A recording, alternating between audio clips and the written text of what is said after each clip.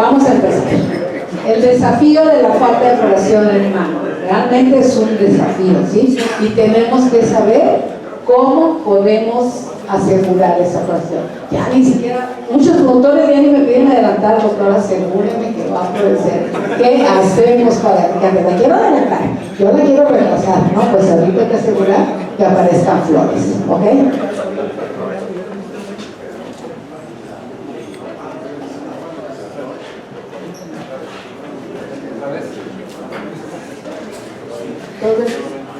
Ok, ya dijo el doctor Iñaki, la floración es el proceso más importante en el mango, ¿sí o no?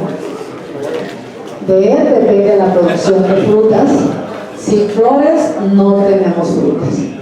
Entonces, ¿qué tenemos que tener? Primero, esta floración va desde un proceso de crecimiento vegetativo, de brotes vegetativos madurados fisiológicamente, que van a transitar hacia un estado reproductivo. Pasan por inflorescencias y luego los frutos. Este paso ya no es tan fácil. En México todas las variedades han sufrido cambios. Antes decíamos Ataulfo, el más temprano, luego Tom, luego Ken y luego Guido, ya no sabemos ni cuál, ¿sí? Eso era antes. El cambio climático está y va a seguir estando, ¿sí? Ya no es de que va a llegar, ya está aquí.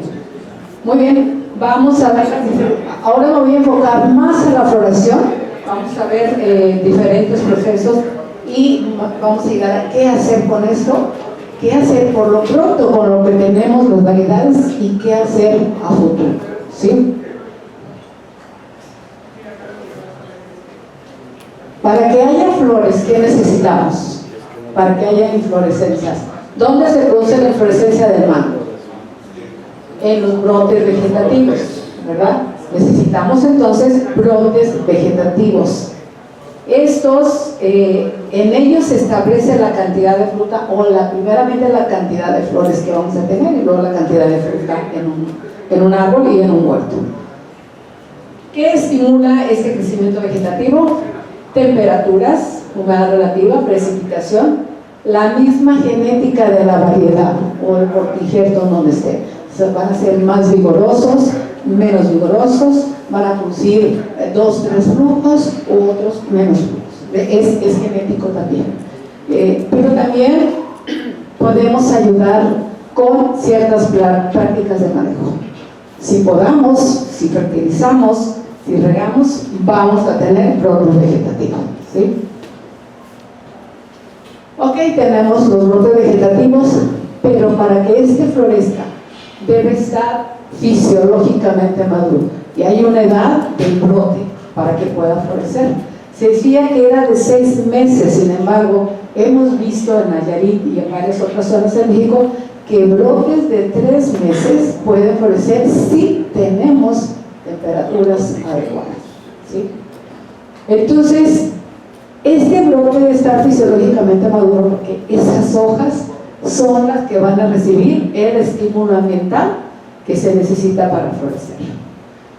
Si tenemos un crecimiento vegetativo constante después de cosecha muy vigoroso, entonces la floración y la fructificación van a ser afectadas. Entonces, ¿qué necesitamos para florecer? Brotes vegetativos fisiológicamente maduros, no brotes tiernos, ¿sí? Hay que evitar ese segundo flujo, tercer flujo, es un reto para nosotros, ¿sí? Ya tenemos los brotes, ya están fisiológicamente maduros, entremos a floración. ¿Qué es? Es un proceso de múltiples etapas que implica la transformación de una yema vegetativa, ¿sí?, hacia una vegetativa que emite hojas, hacia una yema reproductiva que va a dar las inflorescencias. Este paso de vegetativo a reproductivo tiene 3 importantes etapas: la inducción, que es la señal que recibe del ambiente, la iniciación y diferenciación floral. Si no se da este paso, no vamos a ver flores. La inducción es cuando un estímulo ambiental incita a la floración. llega el estímulo, la capta la hoja y dice, ay, ya es tiempo de que cambie. Ese estímulo se transporta hacia la yema apical, las hojas los transportan vía floema y ahí inicia la floración o iniciación floral. Cuando llegue la señal es cuando empieza la transición del estímulo vegetativo al reproductivo, que significa incluye todo el desarrollo que es necesario para comprometer a ese meristemo que está en la yema terminal a producir una inflorescencia. Ya que está comprometido, entonces viene la diferenciación floral, que es la construcción ya de todas las flores.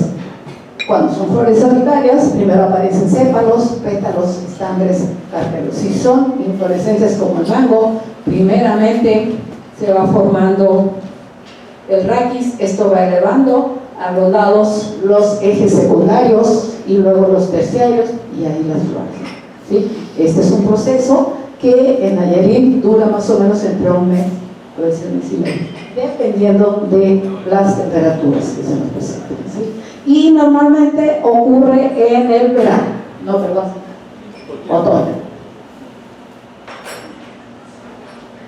¿Qué factores lo afectan? El doctor Iñaki ya les presentó un modelo bastante complejo del doctor Lamen, a mí hasta me daba así como entender todo eso, pero más o menos es esto. ¿Qué nos lleva hacia un meristemo vegetativo? La cosecha abundante del año anterior, así como la tuvimos nosotros, porque hay un alto contenido de giberelinas, ¿sí? Bajas reservas, fertilizaciones excesivas con nitrógeno, temperatura cálida, excelente para el crecimiento vegetativo, podas fuertes, brotes jóvenes, sobre todo cuando tenemos un flujo tras otro, ¿sí? Hormonas como giberelinas, estas son hormonas del crecimiento y van a dar brotes vegetativos y decimos que es antagónica a la floración. Y hay la presencia de genes represores también que evitan que puedan florecer y que algunos de ellos están muy influenciados por giberelinas y por muchos otros factores. ¿Qué nos lleva a obtener flores?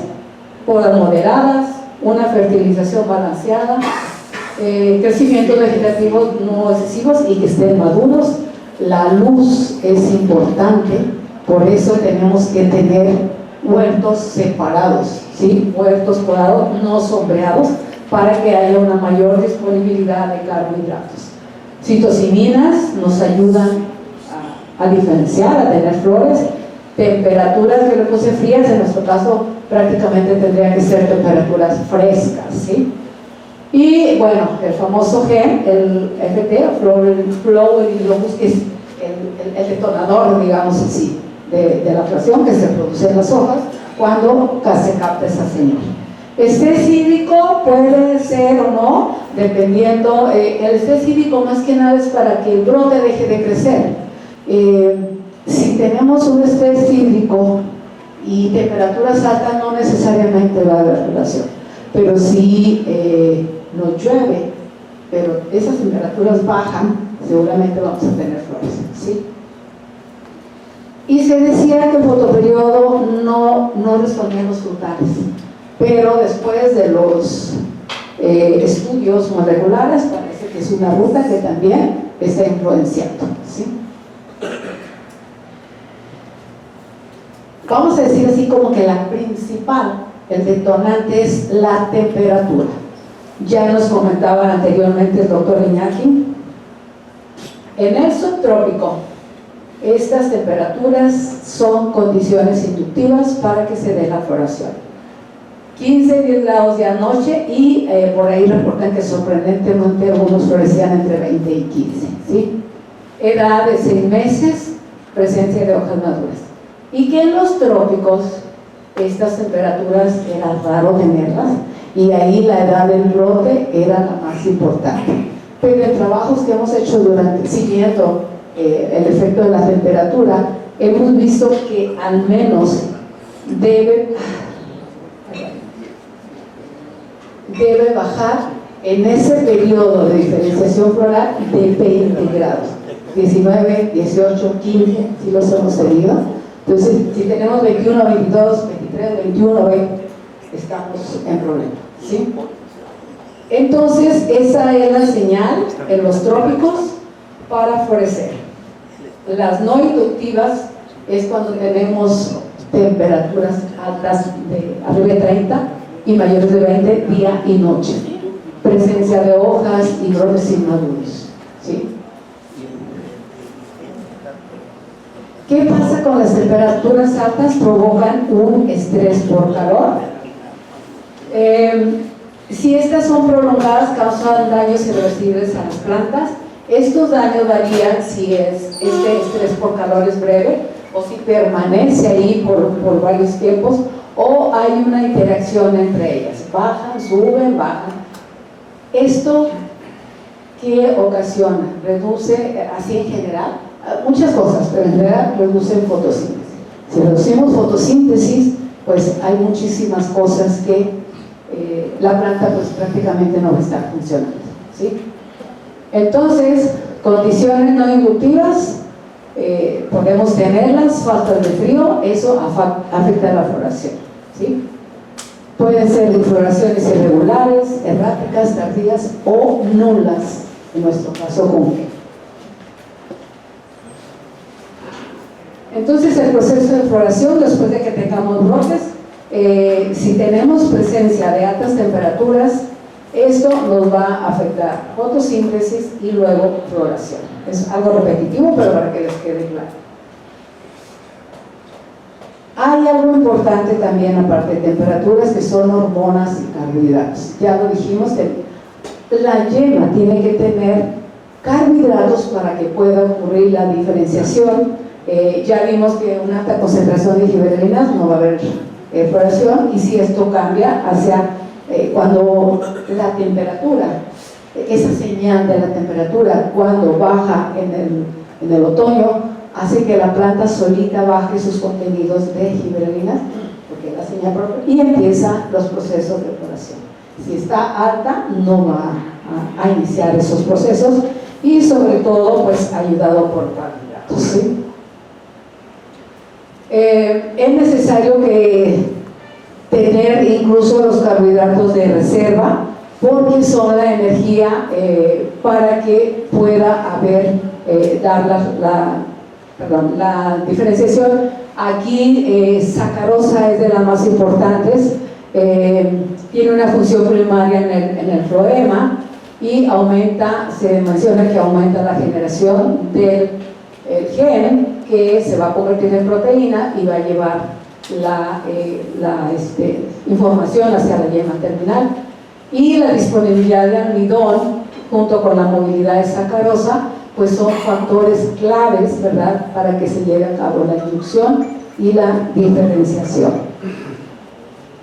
Esto ya lo vimos, una baja disponibilidad de carbohidratos como de un año con mucha producción nos va a afectar bastante.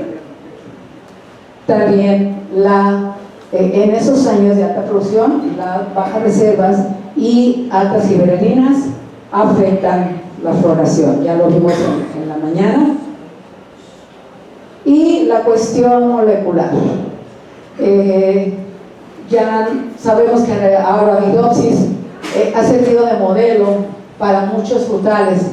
A esta plantita le conocen todo el fonema completo y casi el 90% de la función de sus genes, entre ellos los de floración, y de ahí pues se desarrollan trabajos en mango.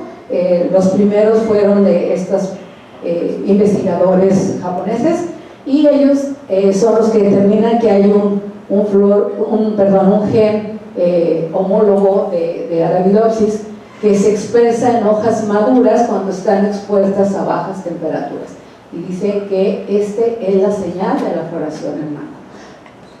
Basado en eso hacemos trabajos en Nayarit, hace como 10 años que los hicimos, y logramos expresar el gen del LFT, y lo hicimos en hojas que muestramos en 3 lados del árbol: norte, del lado que estaba soleado, y sur. Norte y sur estaban muy sombreados porque los árboles estaban juntos, y lo que observamos es que la mayor expresión es del lado en posición oriente, ¿Y qué hay ahí? Hay luz, es donde sale el sol, ¿sí?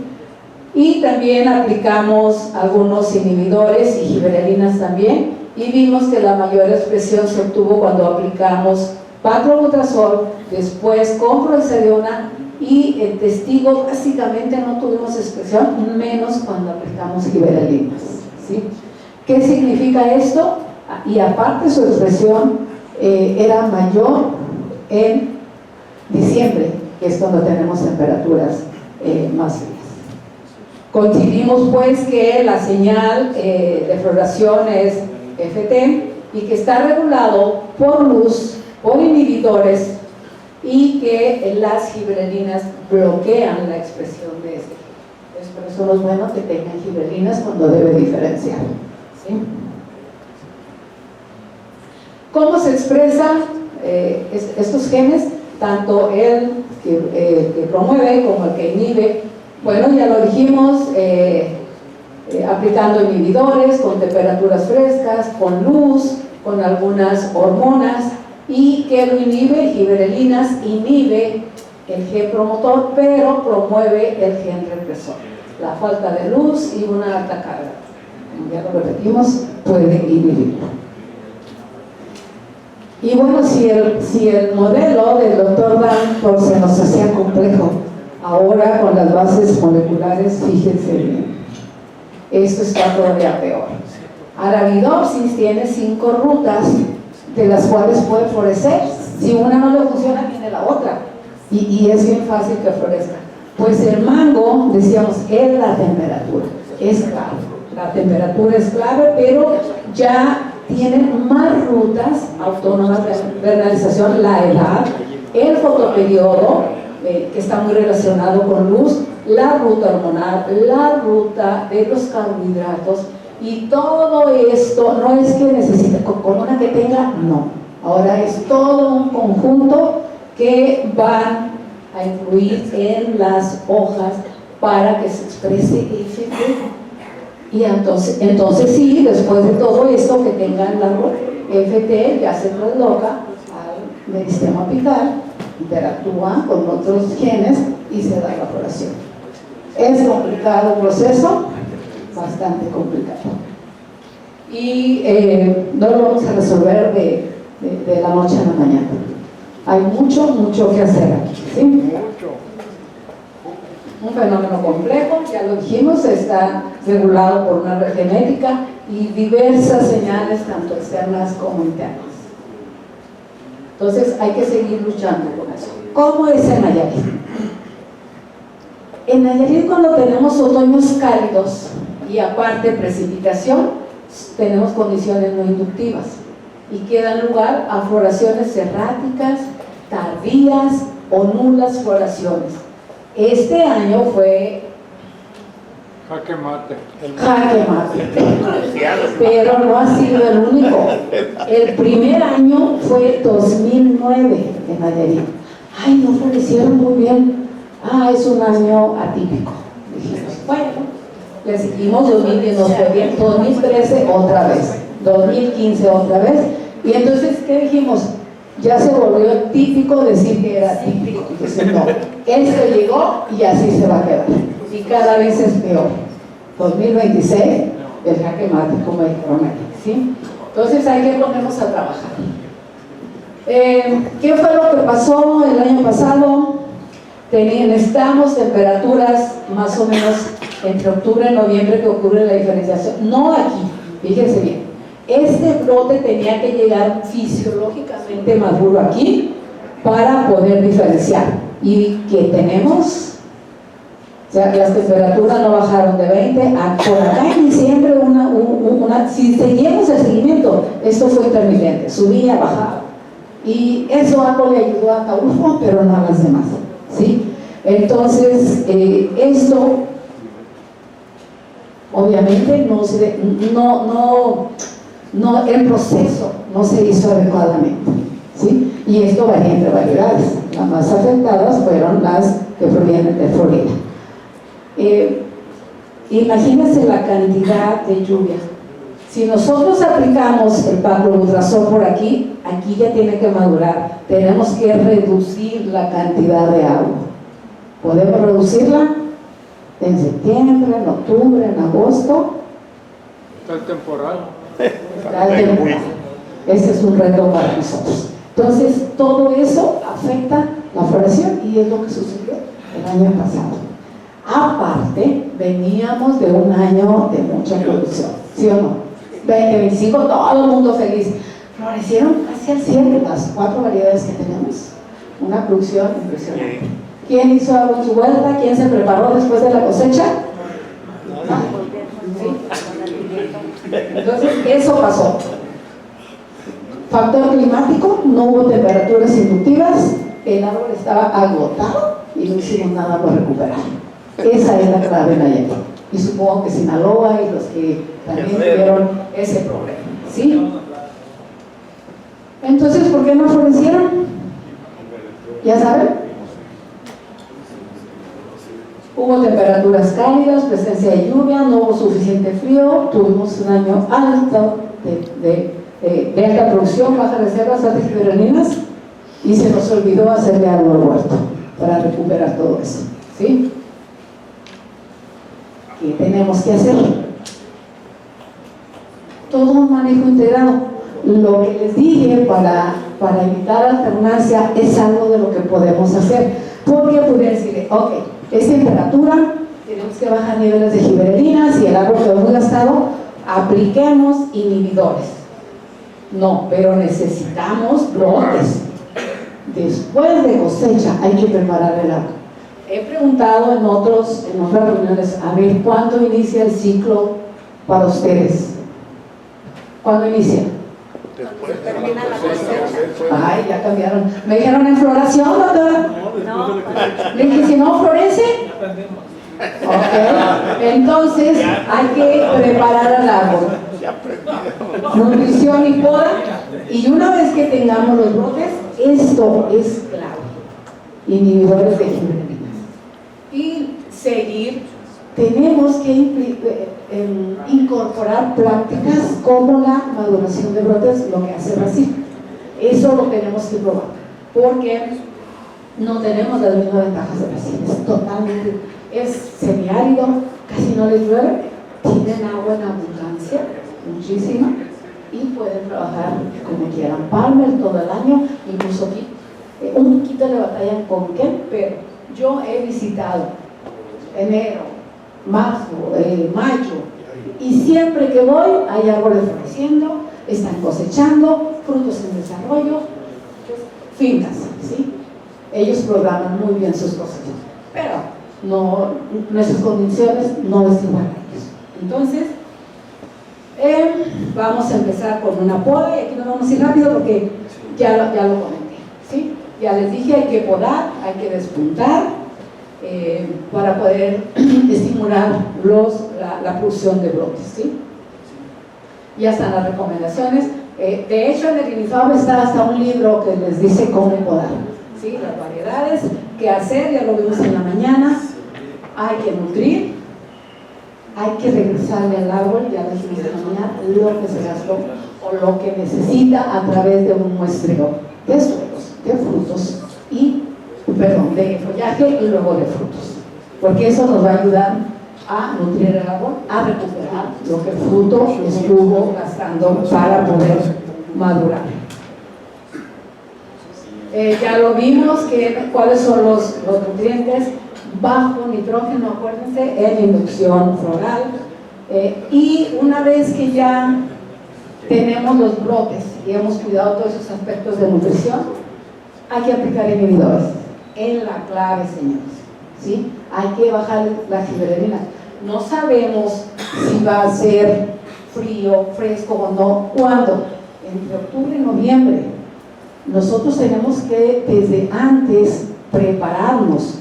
Si tuviéramos modelos que nos dijeran, aguas, las temperaturas desde octubre van a estar en 19, 15, pero no. O van a estar arriba de 20, hay que aplicar.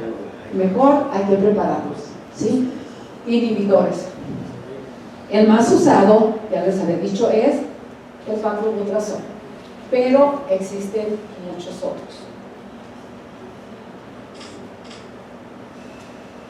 Este es muy usado en todos aquellos países como Brasil que tienen tropicales con altas temperaturas, incluso algunos con presencia de lluvias. Ha dado mejores resultados, aplicado al suelo que foliar, detiene crecimiento vegetativo, puede adelantar, incrementar floración, rendimiento en diversas variedades, ¿sí? Pero esto va acompañado de un manejo eficiente. También, desafortunadamente, se percibe como un posible contaminador de mantos freáticos de todo esto. Entonces, hay que tener cuidado, sobre todo estos países que trabajan mucho con PBZ, y tenemos que tener una alternativa, porque el día que ya no quieran producto con PBZ, vamos a estar llorando, igual que este año, ¿verdad? Que no hicimos nada. Probamos, ya les decía, el Prohexadiona, que básicamente salió para manzano. Por ahí había pocos trabajos en mango, había unos reportados ya por la doctora María de Brasil, resultados buenos, al menos en detener crecimiento. Aumentamos dosis de las que ella usó y obtuvimos buenos resultados con Prohexadiona, en donde igualaba o a veces superaba el efecto del baclobutasol. Esto es en Ataulfo, y ya les comenté en la mañana, luego lo hicimos bueno, aquí está en Ataulfo, luego lo hicimos en Tomi, con muy buenos resultados en Tomi, ya probando otros, Cicocel, que también es un inhibidor, o cloruro de cromo-4, Uniconazol, ¿sí? El Prohexadiona en sus 2 dosis, y casi todos podían ayudar a florecer, no todos igualaban al PBZ, unos años sí, otros años no. El más consistente fue Prohexadiona, además lo elegimos porque es el más amigable con el ambiente. Lo aplicamos y en 15 días ya no está ni en planta ni en ambiente, ¿okay? Así aplicamos el baclobutasol, así aplicamos las Prohexadionas. Ya aplicamos el inhibidor. En nuestras condiciones tenemos que probar esto. Brasil lo hace, como tenemos que hacer nosotros, hay que probar. No hay que repetir todo lo que haga Brasil. Tenemos que tener la maduración del brote, significa que lo tenemos que llevar a ese estado fisiológico en el cual puede recibir esa señal, ¿sí? Entonces, ¿cómo los evitamos? Reduciendo nitrógeno, suspendiendo al menos 60 días antes de inducción, controlar el estrés hídrico, reducir lo que podemos, ahí está chino para nosotros, ¿verdad? Y manejar etileno, potasio, boro y calcio, que ayudan a madurar el brote. ¿Cómo lo hace? Pues hay estudios en lo que usa Brasil, Etefón, sulfato de potasio, en todas esas variedades, en dosis de 1000 miligramos por litro en el caso de Etefón, o 2 a 2.5% sulfato de potasio. Existen también los bioestimulantes, los usan ellos, y hay muchos y mencionan cosas bastante buenas de ellos, porque pueden hacer más eficiente la fotosíntesis, incrementan contenido de carbohidratos, de clorofila, y los más estudiados han sido extractos de algas de aminoácidos. Los podemos aplicar así, ya hay que probarlos nosotros también, ¿ok? Y bueno, esta estrategia integrada se usa para alcanzar esa madurez fisiológica, y hay que aplicarlo después del inhibidor de gibberelina, que puede ser el Prohexadiona o el PBZ, ¿sí? O bien de 40 a 65 días antes de floración, y ellos los aplican después del PBZ como 30 a 45 días, ¿okay? Y por fin, pues bueno, los nitratos. Ya detuvimos crecimiento, estamos moderando el brote, y nitratos. Nosotros hemos visto que no son tan necesarios. Si ya PBZ hizo la inducción, PBZ se induce, Prohexadiona se induce. Los nitratos no inducen floración. Los nitratos rompen el reposo de la yema, hace que despierte, abre, pero va a emerger lo que sea que tenga. Si diferenció, sale una flor, y si no, un brote vegetal. ¿Ok? Entonces, hemos hecho trabajos en los que no ha sido necesario aplicar solo pacloflor, en este caso lo hicimos con paclo, o nitrat, resulta lo mismo. ¿Ok? Si hacemos todo esto, estamos asegurando floración, estamos asegurando una estabilidad productiva, mejor rentabilidad y seguridad en el mercado. Eso tenemos que hacer para lograr esa eficiencia. Es un manejo integral y hay que hacerlo, ¿sí? No hay que quedarnos como este año. Pero sigue el cambio climático. Hay que prepararnos para el futuro y pues aquí ya el doctor Iñaki nos dio muchos tips, que es de lo que yo mismo les voy a hablar. Primeramente, cuando tenemos altas temperaturas, variedades con bajo requerimiento de frío, tempranas. ¿Dónde están? No sé, hay que buscarlas, hay que traer a la India, tiene algunas, ya nos habló de raposa, que pudiera funcionar, pero hay que probarlas en México, ¿sí? Hay que hacer una caracterización climática de nuestras regiones y hay que ubicar esas variedades en donde van a cumplir su requerimiento de frío, ¿sí? En regiones tropicales tenemos que seguir generando tecnología para madurar ese brote. Si bien Brasil la tiene o algunos otros, no necesariamente la podemos aplicar nosotros, pero podemos valernos de esa para validar y ver cómo funciona con nosotros. Tenemos que hacer, estuvimos por ahí que hay nuevos productos, o que se les llaman también moléculas antiestrés, que es donde también tomamos la idea y vamos a iniciar trabajos de este tipo. Ya los vamos a iniciar ahora, de hecho ya iniciamos. Pero la primera aplicación la hacemos en agosto, después en octubre, etc. Vamos a ver, se supone que estas moléculas no le causan estrés al árbol, o sea, lo hacen olvidarse del estrés, que si esa temperatura, tranquilo, no hay alta temperatura, porque mejora muchísimas cosas, mejora fotosíntesis, carbohidratos, regulan estomas, etc. Entonces está bien y vas a florecer. Vamos a ver si eso funciona, ¿sí? Y bueno, hay muchas otras hormonas con las que no hemos trabajado, como brasinoesteroide. No hay muchos trabajos de mango de esto, casi van a ser de los primeros, y con hormonas como brasinoesteroide, por ahí hay 2 trabajos y vamos a probarlos también, ¿sí?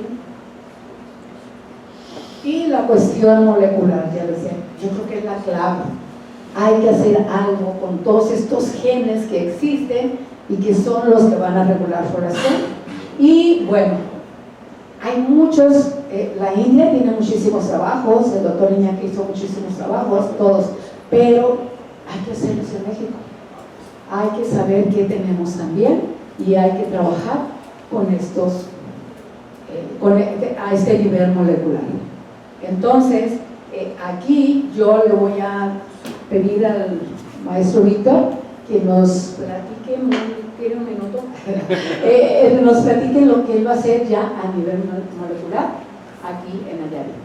Y prácticamente con eso vamos a terminar. Hola, buenas tardes a todos.